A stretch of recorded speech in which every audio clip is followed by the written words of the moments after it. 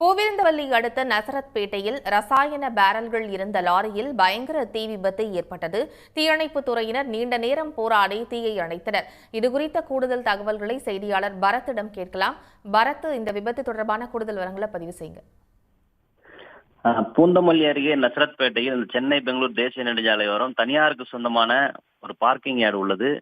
இந்த பார்க்கிங் யார்டில் இந்த சரக்கு வாகனங்கள் நிறுத்தி வைக்கப்பட்டு அங்கிருந்து இந்த பெரிய கண்டெய்னர் லாரிகளில் வரப்படும் பொருட்களை சிறிய ரக வாகனங்கள் ஏற்று செல்வது வழக்கம்.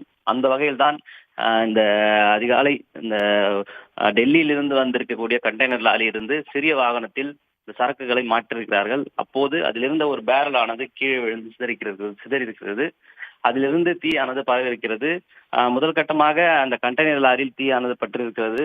அதே போன்று அருகே இருக்கக்கூடிய மற்றொரு லாரிக்கும் தீயானது பரவிருக்கிறது. உடனடியாக அங்க இருக்கக்கூடியவர்கள் அந்த லாரியை அங்கிருந்து, அதாவது அங்கு நிற்கக்கூடிய 10க்கும் மேற்பட்ட வாகனத்தில் தீயானது பரவும் என்பதால் உடனடியாக அந்த லாரியை அங்கிருந்து அப்புறப்படுத்துவதற்காக பற்றி எரிந்து கொண்டிருந்த அந்த கண்டெய்னர் லாரியை உடனடியாக வெளியே கொண்டு சென்றனர். தீயோடு இந்த வாகனமானது சாலையில் ஓடி சென்றதால் பெரும் பரபரப்பு ஏற்பட்டது. அதே போன்று அந்த ரசாயன பேரல்கள் வெடித்து சிதறியதால் பெரும் பரபரப்பு ஏற்பட்டது. அந்த லாரியில் இருந்து தீக்குழம்பானது சாலையில் கொட்டி சென்றதால் அந்த சாலையோரம் நிறுத்தி வைக்கப்பட்டிருந்த சிறிய ரக வேனும் ஒன்று எரிந்தது. இதனால் அடுத்தடுத்து 3 வாகனங்களில் தீயானது பரவியது. உடனடியாக தகவல் அறிந்து வந்த பூந்தமல்லி தீயணைப்பு துறையினர் அந்த தீயணைப்பு வாகனத்தின் மூலம் தீயை அணைக்கும் போராடினர். ஏறக்குறைய 1 மணி நேரத்துக்கு மேலாக போராடி ரசாயன கலவையை தெளித்து இந்த தீயை கட்டுக்குள் வந்தனர்.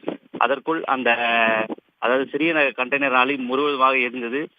தொடர்ந்து நசரத்பேட்டை காவல்துறையினர் விசாரணையானது நடத்தி வருகிறார்கள்.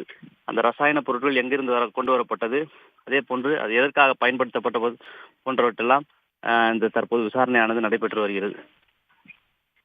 தகவல்களுக்கு நன்றி பரத். உடனுக்குடன் செய்திகளை தெரிந்து கொள்ள சன் நியூஸ் பெல் ஐகானை கிளிக் பண்ணுங்க.